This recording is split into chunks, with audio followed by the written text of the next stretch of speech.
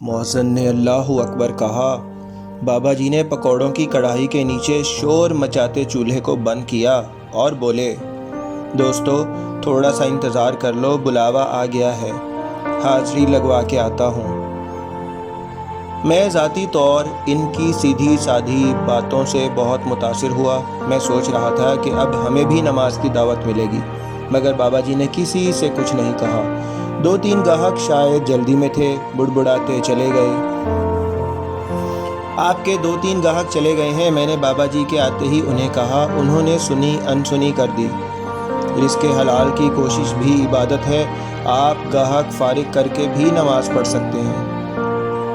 بابا جی مسکراتے ہوئے بولے، میرے مالک نے کتنی محبت سے فلاح کی طرف بلایا، میں رزق کی کمی کی غرض سے رک کر فلاح کا موقع نہیں گنوانا چاہتا تھا۔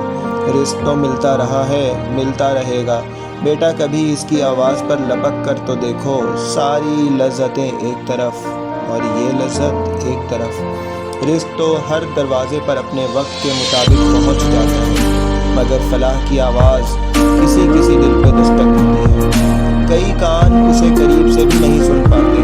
دعا کرو اللہ وہ دل دے دے جس پر یہ آواز دستک دے۔